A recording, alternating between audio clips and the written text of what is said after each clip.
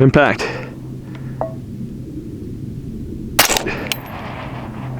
Impact.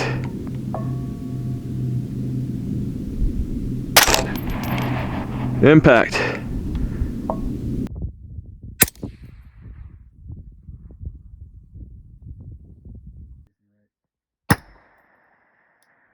Got him. Fuck yeah. What if I told you can get performance from an AR-10 like this in an AR-15 package like this? Much smaller, much lighter. That's what the 6 ARC promises to do, but does it live up to the hype? Let's find out in this video. So in this video, I'm going to be breaking down 6mm ARC, and we're going to talk about all the advantages, disadvantages of it, why it came about, what you can use it for, and you can figure out for yourself whether or not you think it's worth investing in this round. So the 6mm ARC came out in 2020. It was developed by Hornady, and it was created for a specialized unit in the military. They wanted AR-10 like performance, so something out of like a 6.5 gas gun, but in an AR-15 package, much smaller, lighter, and ammo it's a lot lighter. You can carry a lot more rounds on you for a fraction of the weight. And the main goal that Hornady had for the 6mm ARC was to get a 6mm bullet into an AR-15 platform so that you'd be able to have longer distance effectiveness, pushing the effectiveness of the regular 5.56 at the same length barrel.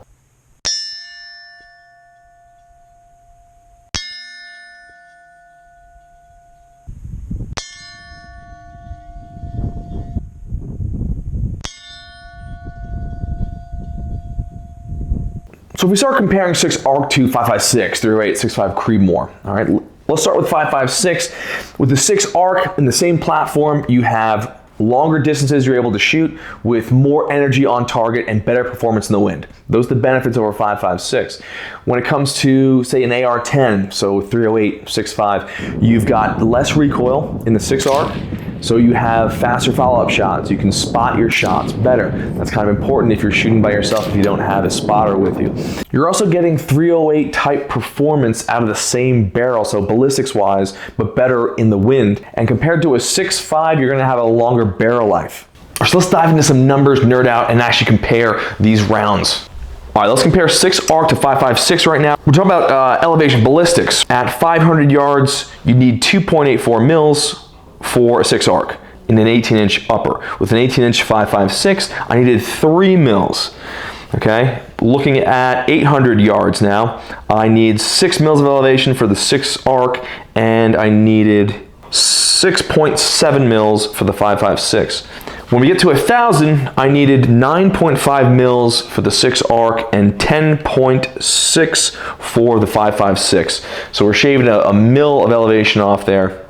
And that's not bad. And considering at 1,000 yards, the 5.56 is already going transonic, right? So it can start getting a little bit more unstable. The 6 ARC is still supersonic out to 1,200 yards. So we still have an additional 200 meters or 200 yards of distance before things potentially could get a little bit wacky. Now, those differences aren't crazy. Let's look at energy on target. So for the 6 ARC at 500, we have 1,013 foot-pounds of energy. With the 5.56, we have only 624. When we move to 800 yards, we still have 698 foot-pounds, so almost 700 foot-pounds, while the 5.56 has 375 foot-pounds. So almost double at this point. And then we get to 1,000, we have 536 foot-pounds for the 6 ARC and 256 for the 5.56. So you can see at most distances, you're getting almost double the energy with the 6 ARC, and that increases out at distance because the higher BC of the 6 ARC bullet, that 6mm bullet, it's able to retain more of its energy. So at further distances, that gap is going to widen even further. Now let's talk about wind, right? Okay, so I had a 6 mile an hour right to left or left to right. I needed 0.37 mils of hold for 500 yards. So at 500 yards, 6mm, 6 mile an hour wind coming, 0.37. With the 5.56, I needed 0.5 mils. Okay. At 800, I needed 0.62 mils of hold for wind with a 6 mile an hour wind. I needed 0.88 or 0.9 mils with the 5.56. And then at 1,000, I needed 0.82 mils for the 6 arc and 1.2 mils for the 5.56. So you can see already there, better performance in the wind, and that can come into play, especially if we're shooting small targets. And I'll get to that later. The 6 arc does not replace or beat the ballistics of a 6.5 Creedmoor, barrel for barrel, right? The same length barrel, okay. But it gets kind of close, especially when you come to the wind deflection. That is a huge component when you're shooting long range. Being able to cut down the variability of wind, because that is the biggest variable, right? You know your data. You have that calculated, written down. You know at 500, I'm going to be holding this exactly. The biggest question, right, and the main reason you're going to miss that target is the wind. What is the wind doing? I see it's a left to right. Okay, I'm going to hold left edge. Is that going to keep me on target? I don't know. Now, if you have less influence of wind on a bullet with the 6 arc, that means you have more play and you can be a little bit not as exact, let's just say it that way. When you make your wind call, you could be off by a little bit more and still hit the target. And that was one of the features that the special unit that Hornady was creating this round for wanted. So the 6 arc 308, very similar. Ballistics are very similar, except for the wind. The wind is where the 6 arc will beat out the 308. Energy on target, the 308 is going to have more energy. It's a massive round, right? Well, 175 grains versus 108 or 105 grains. So it is going to have more energy. But we're still not talking about 5.56 energy. Right? This is 6 arc energy. So you still, it's that middle ground. It's that middle ground between the kind of bridging that gap between the AR-10 and the AR-15. And I think the performance that you get out of it justifies, yes, it's not exactly the same capabilities as a 6.5 Creedmoor, but it's way lighter, and so is the ammo. So that is huge for people who are carrying this gun around. Plus the reduced recoil when you're by yourself, that helps a lot in spotting your shots and getting follow-up hits on target. So pros and cons. So overall, compared to an AR-10, this thing is going to give you similar ballistics, not as great as a 6.5 Creedmoor, better in terms of wind than the 308, and it beats out both of them when it comes to the reduced recoil. So you're kind of getting that bigger gas frame performance in that smaller package, and it's just an upper change. That's kind of cool too. You don't have to buy a whole new gun. So you might be thinking, hey Greg, man, the 6 arc sounds cool, but I don't know if I want to invest in a whole new caliber. Is it a Wildcat? Is it going to be easy to find ammo? And the question is, it's actually pretty easy. 6 arc has been blowing up recently, right? I did that video, and it's getting much more popular now. There's a lot of availability of ammo, especially specifically for the 6 arc. Hornady has been pushing out their 108 ELDM match rounds, which are really accurate. I've had success in every 6 arc that I built with that round. The 105s, they're built for gas guns. I'm pretty sure they have a lower pressure for those rounds. And there's the 103 ELDX, the Precision Hunter rounds. And then I think they have an 80 grain varmint round, and then there's another company, HSM, who's making, I think, 75 grain varmint rounds. So there's more and more coming out. Federal is coming out with ammo. AAC is they say that they're gonna start making ammo because they're coming out with the 6 arc rifle, and their whole thing is if we make a rifle or a gun, we will provide, or we'll produce ammo for it. So that would be freaking awesome, because when that comes out, it's gonna drive the price down. Hopefully, it's pretty accurate stuff, but even so, I've shot a lot of AAC in 5.56 and 6.5 Creedmoor. It's usually pretty accurate. The SDs, it depends. So I'll have to test that out when that comes out, but hopefully AAC do a good job making that ammo, because if you can do that and you can keep it like $1 or under around, that's awesome. And like I said, price-wise, I mean, I'm looking right now, I'm looking at the Hornady. There's 108s I'm seeing for $23 a box, so like $1.20 around. That's not bad at all for a precision gun like this. Like, are you going to be going to the range and mag dumping into trash? No, you should not be doing that with a 6 arc. Now let's get into barrels. Who's making barrels for this, right? Because with the 6 arc, all you need to do to upgrade from a 5.56 upper to a 6 arc upper is a barrel changeout and a bolt changeout. Not even the entire bolt carrier group, just the bolt, and then obviously the magazines. So if we talk about barrels, some of the barrels that I would recommend that I've used, Proof, they're a little bit costly, yes, but they are one of the best. I mean, if you're gonna be shooting it for PRS matches or kind of competition, or you're just bench shooting and you want a really accurate barrel, Proof is going to give you great results. I would get 1/2-inch groups from that easily with the factory ammo. So that was really awesome. This is an upper I built for one of my buddies. It's the Rainier Ultra Match mod 2 or mod 1. I forget what mod, but the Rainier arms. It's a fluted barrel. It shoots really well. As you see, like we were taking this out to 1,000, no issues. I mean, we're getting repeated hits at like 1050. So very accurate barrel, and it's a lighter one. So if you're gonna be hunting, this would be a better option. The Proof barrels, I had an 18-inch steel barrel from Proof, crazy accurate. I had an 18-inch carbon fiber barrel from them. It was very light. That was nice, but really freaking expensive.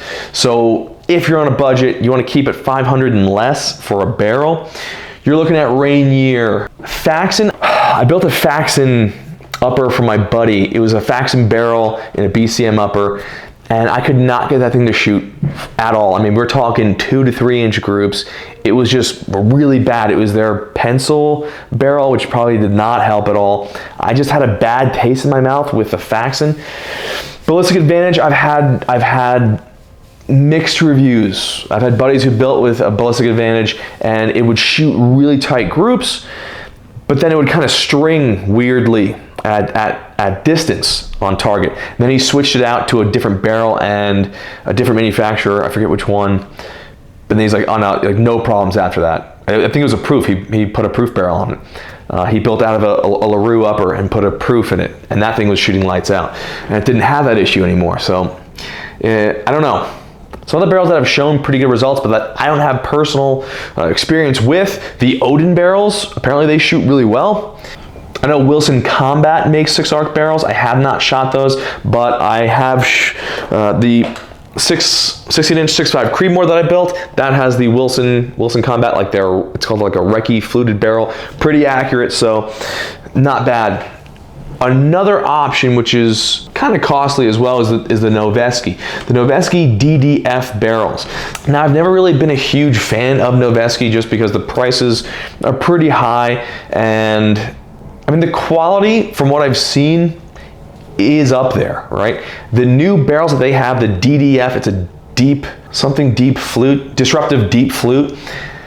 Those are actually pretty cool, and I've shot them, and they're pretty freaking accurate, and they're light because of the fluting, but also very strong. So I'm gonna do a whole different review on those, but I bought a 12-inch DDF Noveske barrel it's in 6 arc that I'm gonna build that upper, turn it into an SBR. We're gonna see how far we can take it out. It's gonna be kind of like a one gun to rule them all. We'll see how it performs. So that's a summary of all the barrels that I have used, have had decent experience with, and that I would recommend. Now, if you don't want to build your own upper, that's fine. You can also buy a whole gun. I know PSA is launching their Saber 6mm arc. It'll be a 14.5 pinned. That'll be a pretty cool setup. Like I said, Noveske, they have their 6 arc complete rifles with the DDF barrels. Pretty costly. That's up there. Geisley, same thing. That's up there. Good quality, pricey. Seekins has a 6 arc rifle, so does Sons of Liberty Gunworks, and even Smith & Wesson. They have an AR-15, a 16-inch 6 arc. I don't know what the accuracy out of those are. Again, I'm more apt, I usually build my own uppers just because I like doing that, and I like getting the exact parts that I want. So for me, I'm a little bit more picky, so I'm usually building my own stuff. So that being said, let's move on to the other part that you would need, which would be the bolt. So the bolt out of the bolt carrier group, that needs to be a 6.5 Grendel type bolt. Now you can find those pretty much anywhere. They're very readily accessible. A lot of people make them. I've had good success with the JP Enterprises 6.5 Grendel bolt. I bought that because you can use the same bolt because it has the same sized case head. So that'll fit in there perfectly. There's no issue with that. So that's the only thing you would need: barrel and a new bolt. I would get a whole bolt carrier group if you can. If you want to just switch out the bolt on your 5.56 bolt carrier group, that's fine. You can do the same thing too. Okay, so now we have bolt, we have barrel, magazines. Let's talk about magazines. So for magazines, you're somewhat limited. Right now there is the ASC magazine, the Durmag, and then there are Geisley magazines. So you're looking at 6.5 Grendel mags, and you can use those. Now Geisley, they designed a steel magazine, crazy expensive. They're like 120 a piece. It's a shame because they look way cooler, right? They're the straight design as opposed to the weird fucking curve thing coming off with some of the longer Duramags, things like that. But I have read somewhere recently that Geisley, they're coming out with a more cost-effective 6-arc magazine. So that'd be super cool. Like, hopefully they were just doing some R&D testing with those crazy expensive mags. They're going to release something that's a little bit more consumer-friendly, budget-friendly. Because who wants to be dropping $120 on a mag? You need 4 to 5 of those. You're gonna have more money in your mags than you do the barrel of your gun or your upper. And that being said, I've had pretty good reliability between the Duramags that I've used. What's interesting is that PMag is coming out with a new ICAR magazine. So that's a whole different issue. The ICAR is supposed to be like the intermediate combat assault rifle, and it's actually a different lower. So the magazine well is a little bit wider. It's a PMag, 25 rounders, but you need a different lower, which is like, it's tough because the whole point of this system, right, the 6-arc, is all you gotta do is change the upper, and now you have a long-range gun. That's not true now if you have an ICAR lower. You can still use a regular upper on the ICAR lowers. From what I've heard and spoke to people about, that's my understanding. So you can still use a regular upper on the ICAR lower. It doesn't have to be a different upper, but you would have to switch out the lower. So now you have a designated 6-arc rifle. And if you don't mind that, like if you are all in on 6-arc, then I guess that's one route to go. I don't know if the juice is worth the squeeze. We'll see. PSA with their 14.5-inch 6-arc gun that they're coming out with, it does use the ICAR lower, so you'll have to use, if you buy the whole gun, you'll have to use the ICAR magazines. So overall, if you were going to build a 6-arc upper, what would I recommend? Well, I would recommend barrel-wise, if you're on a budget, Ballistic Advantage. That's going to be the most cost-efficient barrel you're going to get that does perform decently, and they have their sub-MOA guarantee. If you can spend a little bit more, the Rainier arms, they do have some solid options. Proof is going to be that's like my go-to. I know when I put a proof barrel on it, that thing is going to shoot lights out. Doesn't matter what I put in it, it's going to shoot great. And it always does. A little bit more costly, for sure. The DDF barrels, again, they're not cheap either. They're going to be less expensive than, say, a carbon fiber barrel. You have to ask yourself, is it worth it? What are you trying to build? What are you trying to get out of this? The Wilson Combat barrels are also going to be a solid option. If you can get those on sale, I got my 6.5 Creedmoor barrel on sale for $250. Awesome deal. And I like it. Great deal. Shoots great. So that's what I would recommend. I like the JP bolts. JP Enterprises, they just make really good quality stuff. So if you're going to go in, I would get that. The biggest issue with 6-arc that people are a little hesitant on is the fact that, well, the bolts break. The bolts have been breaking because the diameter of the bolt has to be it's thinner, right, along the walls and those lugs, because the case is larger than a 5.56 case, so you don't have as much mass. Now, Noveske, they're working on a bolt that is a little bit beefier that will still fit into a regular chamber. So that's going to be coming with my 12-inch barrel that I get. I'm excited to see that, and I'm going to do a whole video on that, so don't worry. I'll let you guys know what's going on with that one.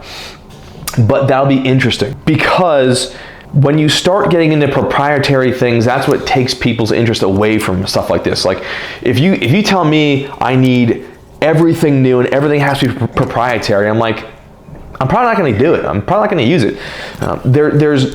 There's a nice sense of comfort knowing that, okay, well, at least I can use commonly used mags or this or that. If everything is, oh, if this breaks, I can only use one certain thing, that's not really a good feeling to have. And that's what people are kind of at that with 6-arc. And I feel like the whole industry is trying to figure out, well, how do we optimize 6-arc?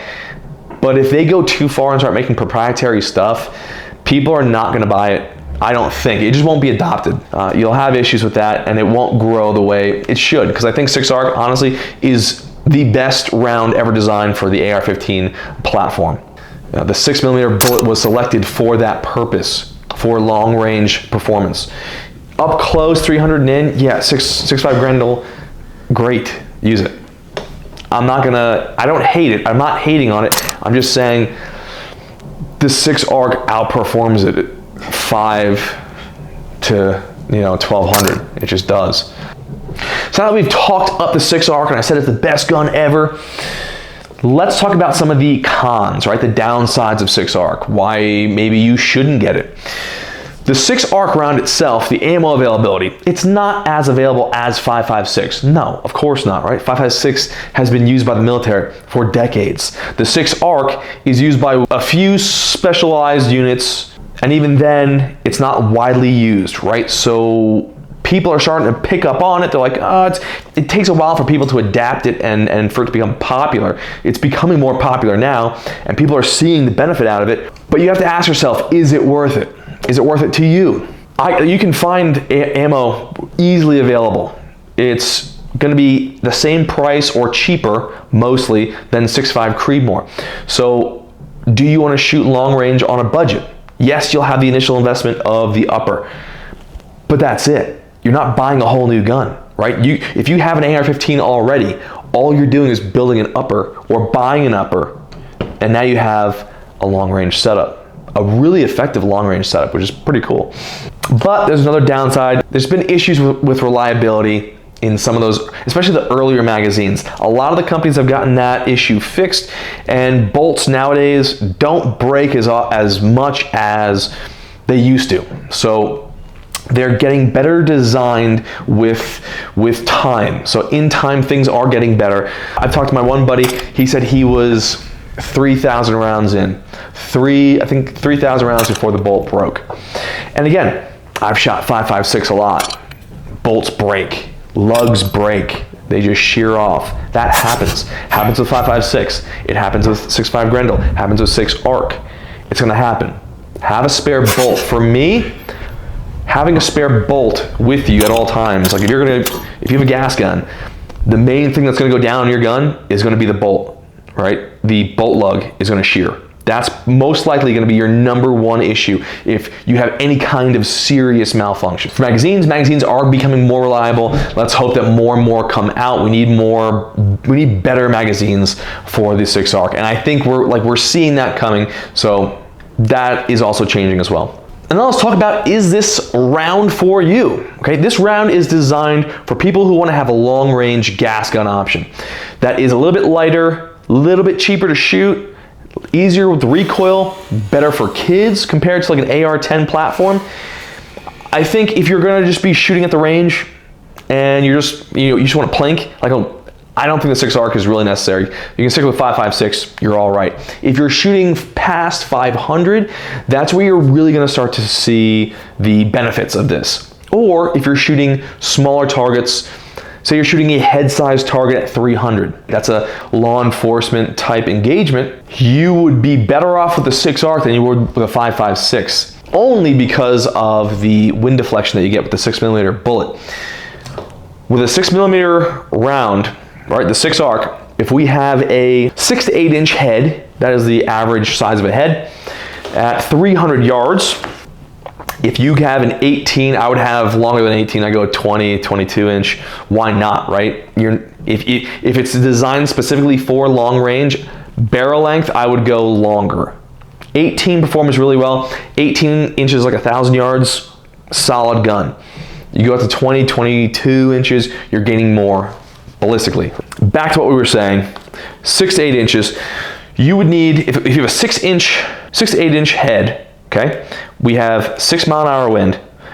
With a 5.56, you're holding 0.3 mils to get to the center of that head. So 0.3s, that calculates out to 3.24 inches. With a 6 arc, you only need 2.3 inches. So let's do the math on this, right? Cut my face in half, 2 to 3 inches. If I'm wrong, if I'm holding dead center and I can't see that there's a wind, a 6 mile an hour wind, 2 inches from the center line, if I have a 6 to 8 inch head, I'm still clipping like right here. If I have a 6 to 8 inch and I'm shooting 5.56 and I'm shooting the center and I have a 6 mile an hour wind that I don't see and I'm missing by 3.24 inches now off to the side, I'm barely clipping maybe my ear, maybe. All right, so that's a difference. There's a difference of an inch. That difference is going to be either skimming the side of a head and have that bullet wrap around or entering the skull. We're shooting at targets most of the time, so same thing. You're shooting a target at distance, you're going to match, you go to shoot, you don't see the wind, whatever, you're still going to hit that target with the 6 arc. You could miss it with the 5.56. That's what I'm saying. When it comes down to smaller, more precise shots, you have more leeway with the 6 arc, and that's what it provides you, and that's that unknown, like we said, in long range shooting. So if you have an AR-15 and you're looking to get into long range shooting, you don't want to buy a bolt gun or invest in an AR-10 and a whole other platform, all you have to do is get an upper and you are now a long range master. All joking aside, this gun is going to make you an instant sniper, but what it does is it provides you the capabilities of actually shooting out the distance. So you can make 800, 1,000 yard shots, not a problem.